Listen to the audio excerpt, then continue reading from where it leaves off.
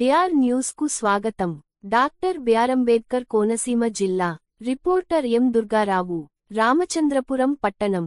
స్వర్ణాంధ్ర స్వచ్ఛ ఆంధ్ర కార్యక్రమములో భాగంగా ఈరోజు గౌరవ కార్మిక శాఖ మంత్రివర్యులు శ్రీ వాసంశెట్టి సుభాష్ ఆదేశాల మేరకు రామచంద్రపురం పట్టణంలోని తెలుగుదేశం పార్టీ టౌన్ ప్రెసిడెంట్ కడియాల రాఘవన్ ఆధ్వర్యంలో రామచంద్రపురం మున్సిపల్ ఆఫీస్ నుండి రాజగోపాల్ సెంటర్ వరకు ర్యాలీగా వెళ్లి రాజగోపాల్ సెంటర్లో మానవహారం, కూటమి నాయకులు చేసి కార్యక్రమమును విజయవంతం చేసినారు. పర్యావరణానికి ప్లాస్టిక్ ఎంత ప్రమాదకరమైనదో ప్రజలకు నాయకులు వివరించినారు.